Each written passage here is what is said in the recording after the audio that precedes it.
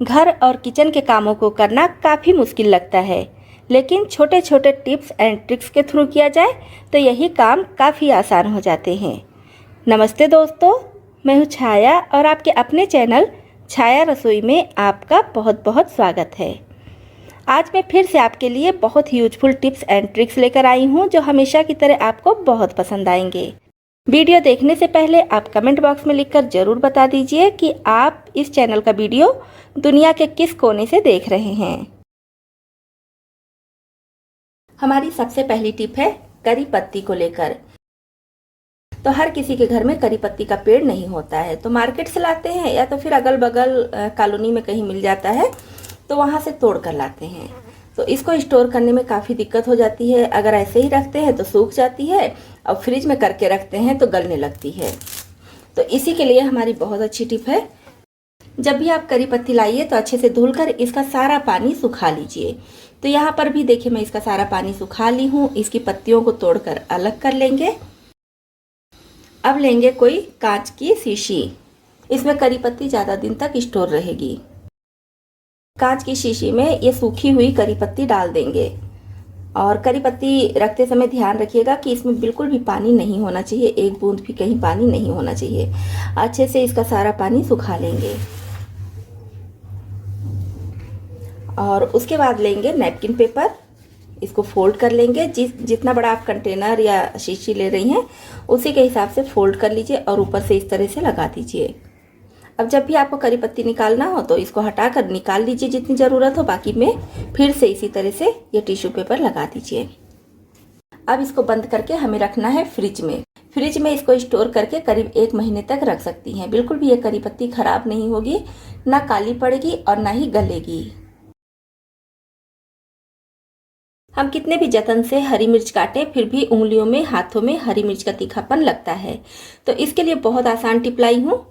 लीजिए थोड़ा सा 2 से 3 बूंद ऑयल, कोई भी कुकिंग ऑयल ले लीजिए, चाहे तो रिफाइंड ऑयल या फिर मस्टर्ड ऑयल या जो भी आप किचन में यूज करती हैं वो कुकिंग ऑयल ले लीजिए। हाथ में अच्छे से लगा लीजिए। अब आप डायरेक्ट हाथों से ही जितना हरी मिर्च कट करना चाहें कट कर लीजिए। उसके बाद हाथ को सोप से अच्छी तरह से धुल लीजिए। तो आपके हाथों में ना तो तीखापन लगेगा और ना ही जलन होगी। जैसे कि टोस्ट हो गया, बिस्किट हो गया, नमकीन हो गई, कुरकुरे या चिप्स का पैकेट, कोई भी चीज़ हो गया इस तरह का। तो अक्सर क्या होता है, अगर बच्चे खोलते हैं तो इसको इस तरह से गलत तरीके से खोल देते हैं, ये बाहर की तरफ फट जाता है।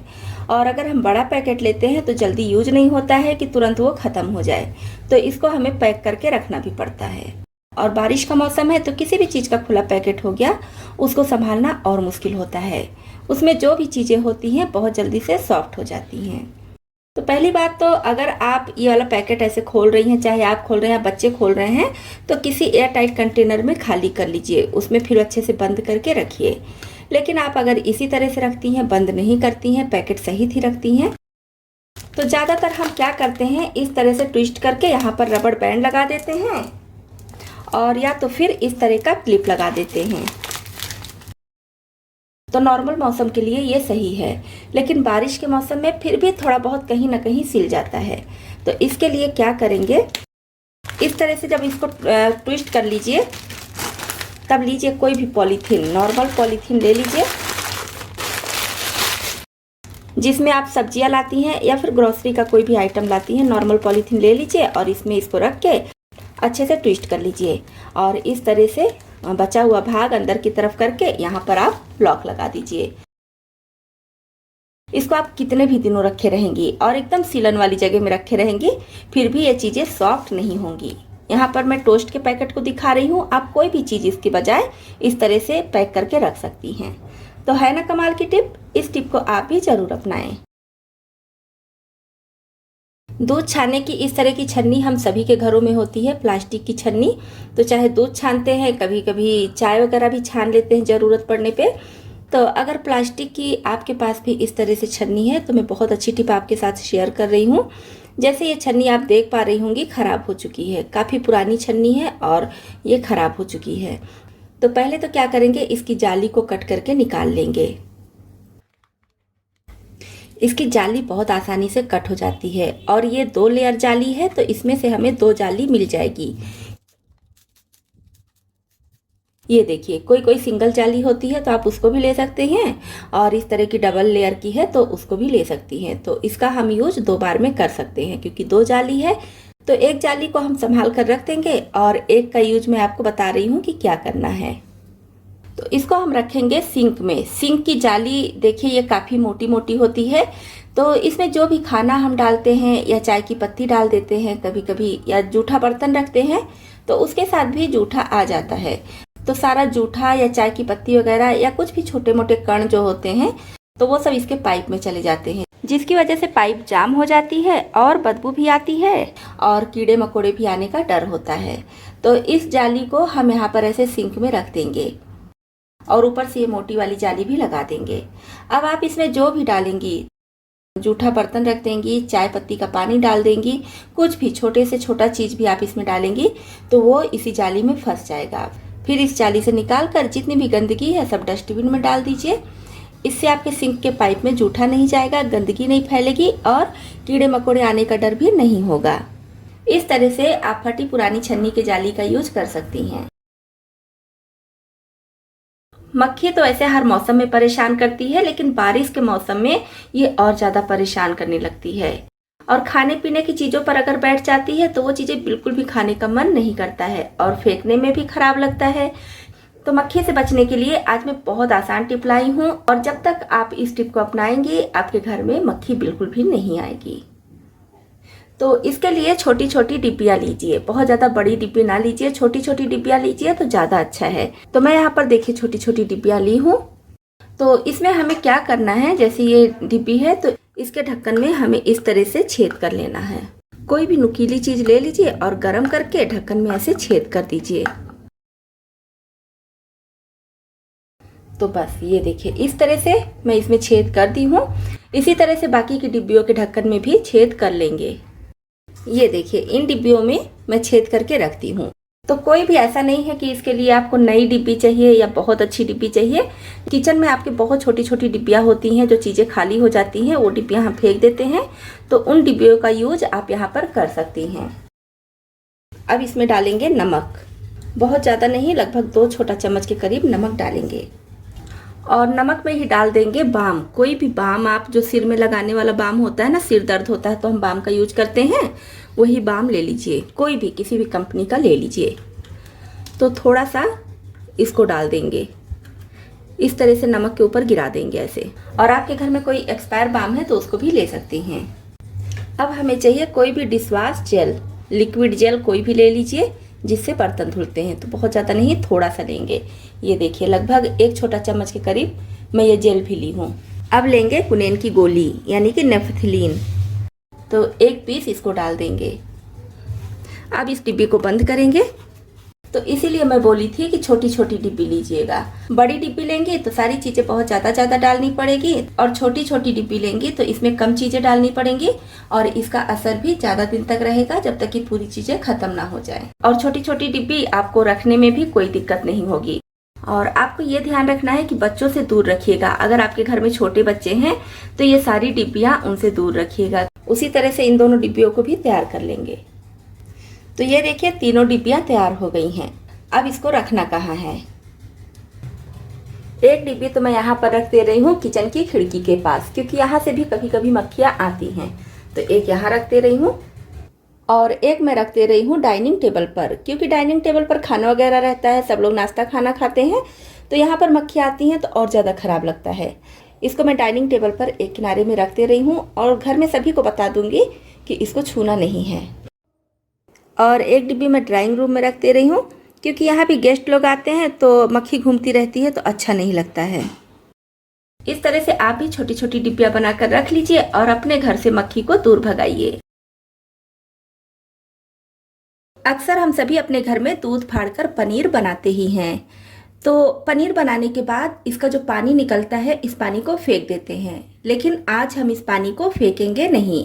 आज इसका यूज करेंगे हम आटा गूंथने में। मैं इस पानी को कभी नहीं फेंकती हूँ, इसको मैं दाल में डाल देती हूँ, सब्जी में डाल देती हूँ और कभी कभी आटा गूंथ कर तैयार करती हूँ। इससे जो भी हम रोटी पूड़ी पराठे बनाएंगे वो भी काफ़ी हेल्दी हो जाएगा और टेस्ट भी बढ़ जाएगा। इसी के साथ साथ काफ़ी ज़्यादा सॉफ्ट भी हो जाता है।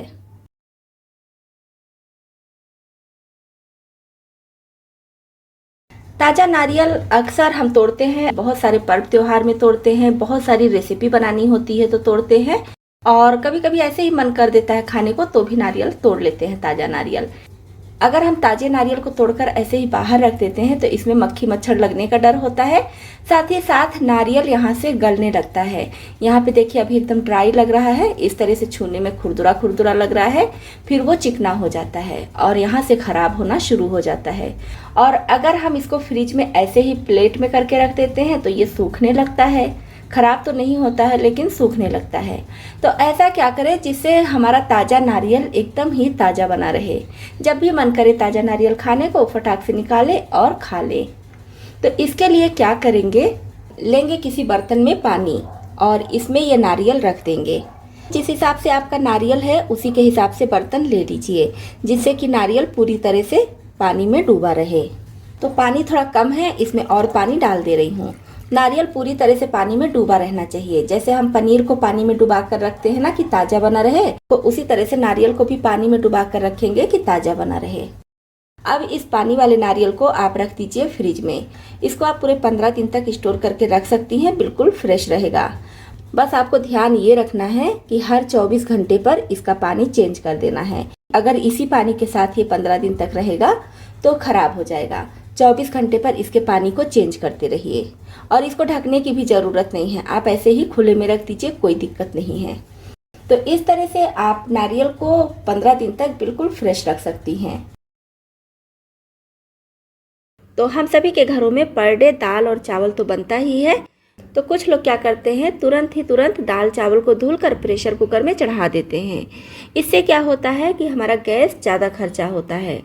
तो आप क्या कीजिए, दाल चावल को पहले अच्छे से साफ़ कर लीजिए और उसके बाद 2 से 3 पानी से अच्छी तरह से धुल लीजिए। फिर आधे घंटे के लिए भिगा दीजिए और उसके बाद प्रेशर कुकर में डालकर दाल चावल चढ़ाइए। तो इससे हमारे दाल चावल बहुत जल्दी पक जाते हैं, जिससे गैस की बचत होती है, साथ ही साथ समय की भी बचत होती है। पापड़ का यूज हम सभी करते हैं और ख़ासकर बारिश के मौसम में देखते हैं कि पापड़ बहुत जल्दी से सॉफ्ट हो जाता है। और ज़्यादा दिन तक इसको अगर धूप न दिखाइए, इसका ध्यान न दीजिए, तो इसमें व्हाइट कलर की फफूंदी भी लगने लगती है। तो पापड़ को रखने के लिए क्या करेंगे, लेंगे एयर टाइट कंटेनर और इसमें बिछा देंगे नैपकिन पेपर। 1 या 2 आप अपने हिसाब से बिछा लीजिए और इसमें कुछ सूखी लाल मिर्चें डाल देंगे। अब इसके ऊपर पापड़ रखेंगे और ऊपर से भी 2-4 सूखी लाल मिर्चें डाल देंगे और फिर से एक नैपकिन पेपर बिछा देंगे। इससे क्या होगा कि पापड़ से जो भी मॉइस्चर निकलेगा वो नैपकिन पेपर सोख लेगा और मिर्चों की वजह से इसमें फफूंदी भी बिल्कुल नहीं लगेगी। अगर आप ज़्यादा मात्रा में पापड़ रखी हैं तो 5-6 पापड़ के बाद एक लेयर 2-3 मिर्च रख दीजिए, फिर 5-6 पापड़ रखिए, फिर 2-3 मिर्च रख दीजिए। इस तरह से लेयर करके रखिए और जब भी आपको समय मिले तो पापड़ को धूप दिखा लीजिए। इस तरह से आपके पापड़ लंबे समय तक खराब नहीं होंगे और ना ही इसमें फंगस लगेंगे। नेक्स्ट टिप है हरी मिर्च को लेकर। हरी मिर्च की डंडी हम तोड़ते हैं या तो फिर इसको काटते हैं तो हाथों में देखते हैं काफ़ी जलन होने लगती है। हर किसी के हाथों में उतनी ज़्यादा जलन नहीं होती है, लेकिन किसी किसी के हाथों में बहुत ज़्यादा जलन होती है। इसको साबुन से भी धुलें या कुछ भी करें, जल्दी जलन नहीं जाती है। तो इसके लिए बहुत अच्छी टिप है। तो हरी मिर्च को काटने के लिए सबसे पहले तो आप सीजर का यूज कीजिए। एक सीजर किचन में रखे रहिए जिससे आप किचन का सारा काम कीजिए, उसी से आप हरी मिर्च को कट कीजिए। अगर ऐसा संभव नहीं है, आप सीजर से नहीं कट करना चाहती हैं, तब क्या कीजिए, लीजिए थोड़ा सा नारियल का या फिर सरसों का तेल। बहुत ज़्यादा नहीं, थोड़ा सा लेंगे। कोई भी नारियल का तेल या कोई भी सरसों का तेल आप ले लीजिए, दोनों में से कोई भी ले सकती हैं। अब आप कितनी भी ज़्यादा हरी मिर्च कट कर लीजिए, आपके हाथों में बिल्कुल भी जलन नहीं होने वाली है। फिर जब आप सारी हरी मिर्च को कट कर लीजिए, उसके बाद सोप से हाथ को धुल लीजिए। तो इस तरह से आपके हाथों में बिल्कुल भी जलन नहीं होगी। नेक्स्ट टिप के लिए मिक्सी जार लेंगे और इसमें डालेंगे 1 कटोरी छुहारा। तो आप चाहे तो ब्लैक वाला छुहारा ले लीजिए या फिर जो येलो कलर का होता है ये ले लीजिए। तो इसको बीच से 2 टुकड़ों में चीर कर इसका बीज निकाल दी हूँ और इसको पीस लेंगे।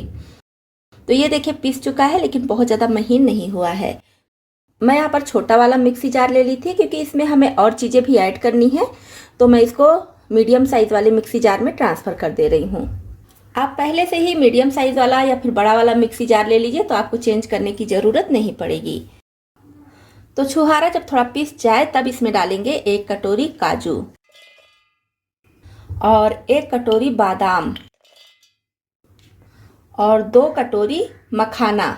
और सारी चीज़ें लेते समय ध्यान रखिए कि धूप में अच्छी तरह से सुखा लीजिए।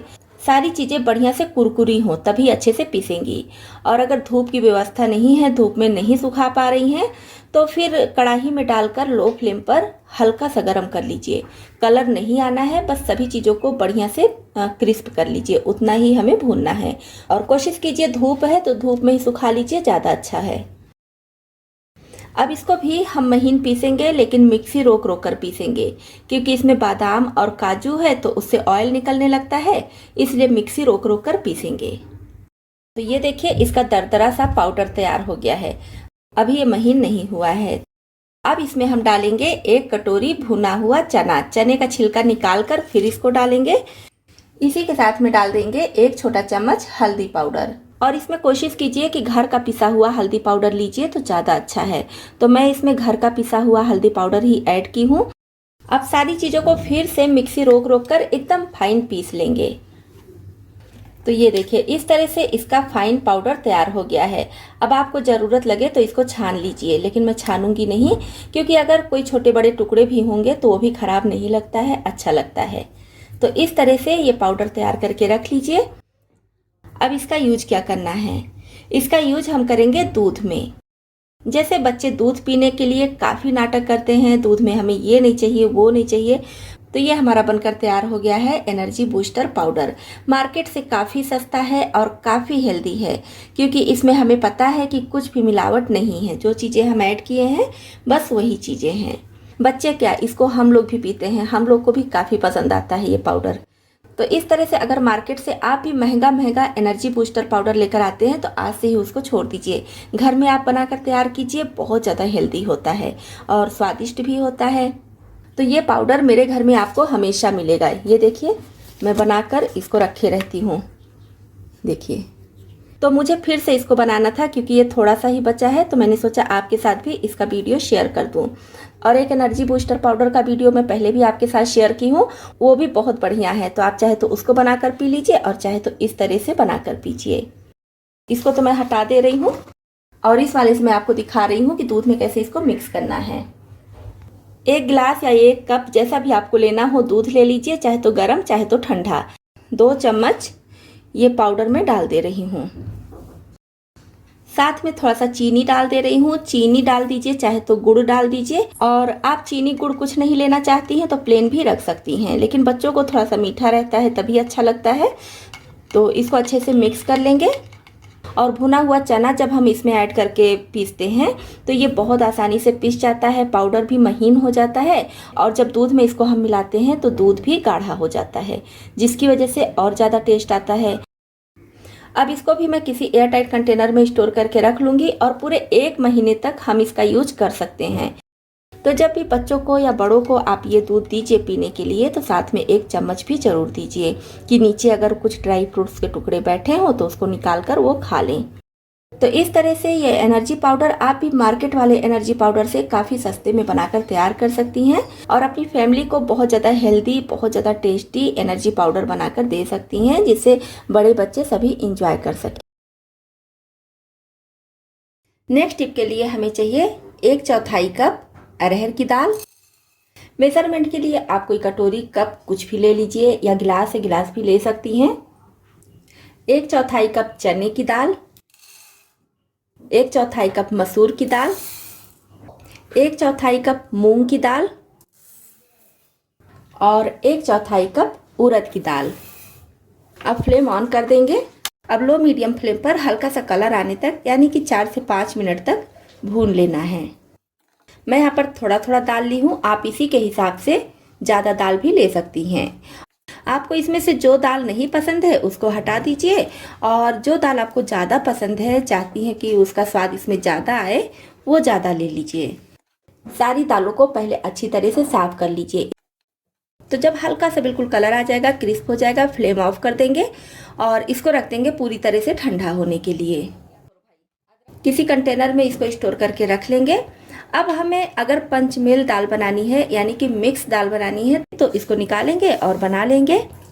तो इस तरह से आप भी दाल को मिक्स करके एक साथ किसी डिब्बे में रख लीजिए तो आपका काम काफ़ी आसान हो जाएगा। वैसे जब जब आपको ये मिक्स दाल बनानी हो तब तब दाल निकालिए और मिक्स करिए, तो काफ़ी समय भी लग जाता है और कभी कभी ये भी पता चलता है कि ये वाली दाल तो हमारे घर में है ही नहीं, मार्केट से लाना पड़ेगा, तो भी काफ़ी दिक्कत होती है। तो जब भी आप दाल एक साथ मंगाइए, अगर आपकी फैमिली में सभी को मिक्स दाल खाना पसंद है तो इस तरह से सारी दालों को मिक्स करके एक डिब्बे में भर कर रख लीजिए, तो आपका काम आसान हो जाएगा और कौन सी दाल घर में है कौन सी नहीं है ये भी सोचने की ज़रूरत नहीं पड़ेगी। तो दोस्तों, आपको इसमें से कौन सी टिप ज़्यादा पसंद आई और कौन सी पहले से पता थी, कमेंट बॉक्स में लिखकर ज़रूर बताइए। चैनल पर पहली बार आए हैं और इसी तरह से यूजफुल वीडियो देखना चाहते हैं, साथ ही हमारी यूट्यूब फैमिली में भी शामिल होने के लिए इस चैनल को सब्सक्राइब कर लीजिए।